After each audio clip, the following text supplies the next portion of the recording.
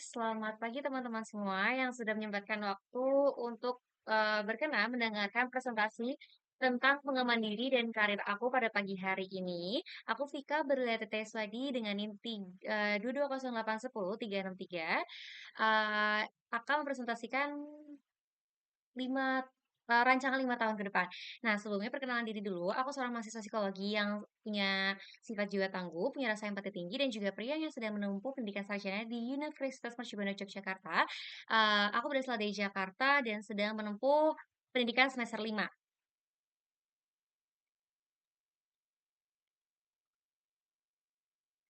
Nah, kelebihan dan kekurangan aku tuh, seimbang teman-teman. Jadi dapat mengatur keuangan dengan baik, namun aku juga coba karena beberapa kali aku kehilangan uang. Terus juga berani melangkah kemanapun sendiri, tapi aku juga menyesuaikan waktu.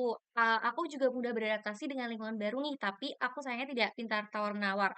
Nah, problem solving aku juga cukup baik, namun mudah kena distraksi, apa yang ada, dan juga aku pintar dalam menyesuaikan suasana, namun tidak suka dipimpin. Next.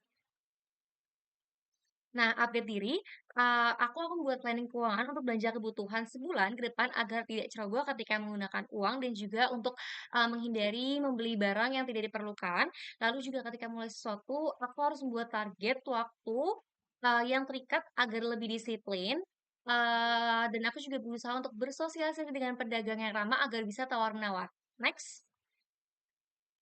Nah, kalau misalnya rancangan kampus sendiri, aku punya target nih teman-teman. Untuk yang pertama, aku punya target untuk menyelesaikan pendidikan sarjana dengan tepat waktu. Yang kedua, melanjutkan pendidikan master di Universitas Impian, khususnya UGM. Dan yang ketiga, mengambil program profesi setahun setelahnya, setelah S2 tersebut.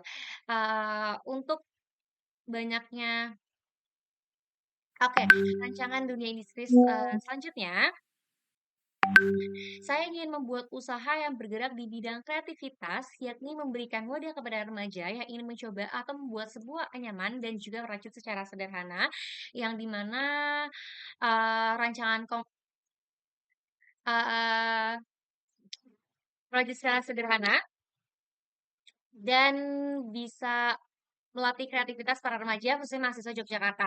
Untuk rancangan komunitas, di masa sekarang saya ingin aktif menjadi bagian dari kader yang bergerak di bidang kemanusiaan.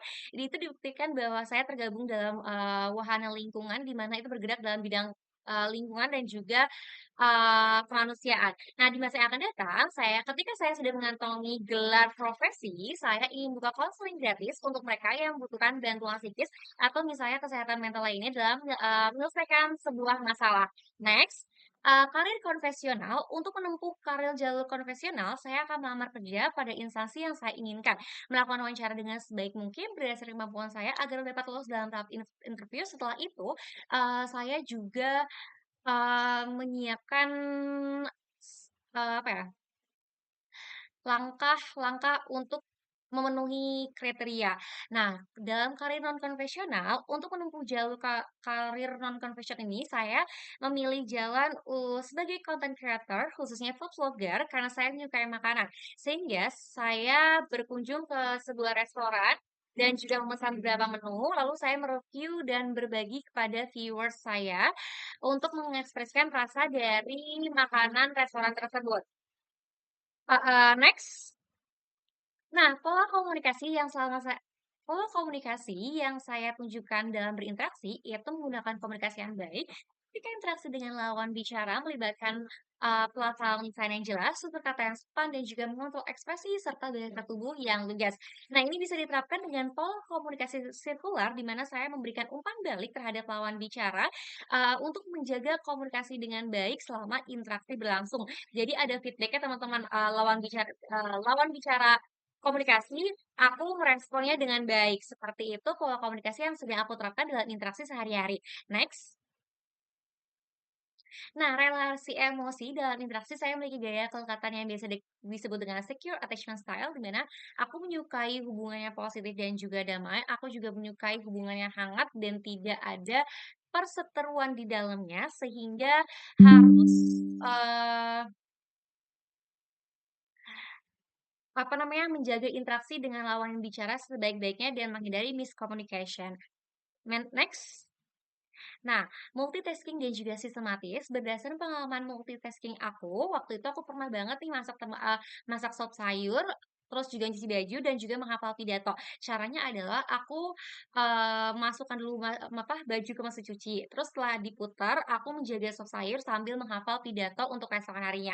Nah, untuk bekerja sistematis itu, hal sederhana yang aku lakukan adalah aku membuat list daftar barang belanjaan yang ingin aku beli, sesuatu ketika belanja bulanan untuk menghindari barang yang tidak diperlukan. Jadi setiap aku, mau belanja bulanan, aku list, terus ketika barang yang ada di depan aku beli, aku centang, aku checklist gitu teman-teman, cara bekerja sistematis untuk menghindari barang yang tidak diperlukan. Next. Nah, teknik mengambil keputusan itu aku menggunakan 2 teknik, ada analytical hierarchy process atau HHP gitu, mengambil keputusan dengan melibatkan banyak kriteria. Jadi aku membutuhkan, ketika memutuskan sesuatu, aku membuat kriteria spesifik mungkin, untuk mendapatkan keputusan yang terbaik dari, kriteria yang sudah aku buat. Nah, untuk tahap yang kedua ada brainstorming di mana aku membutuhkan orang-orang yang punya jiwa kolektif dan juga sistematis, yang bisa memberikan respon dan juga memberikan sudut pandang terbaik untuk aku membantu memutuskan, mengambil keputusan, seperti itu teman-teman. Mungkin boleh di-next. Nah, rancangan 5 tahun ke depan dari 2026 sampai 2031 jenjang karirnya, aku punya target di mana aku menyelesaikan proses skripsi dengan baik dan juga dapat melaksanakan wisuda predikat cum laude, pada tahun 2026 yang di mana itu targetnya tahun depan sehingga aku bisa, mulai dari sekarang belajar dan juga, menyelesaikan waktu dengan nilai terbaik untuk menghindari ujian ulang atau misalnya, ngulang matkul begitu.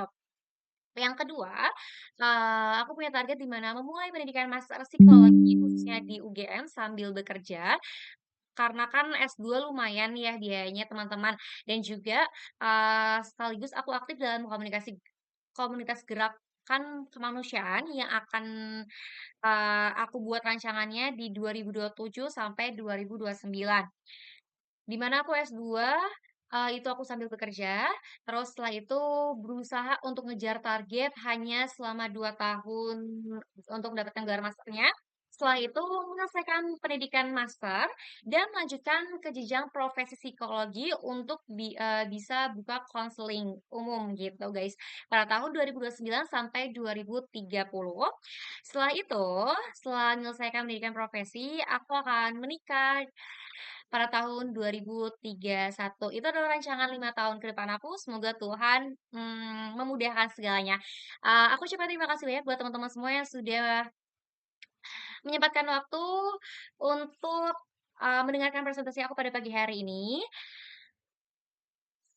Salam hangat, selamat pagi semua. God bless you. Thank you.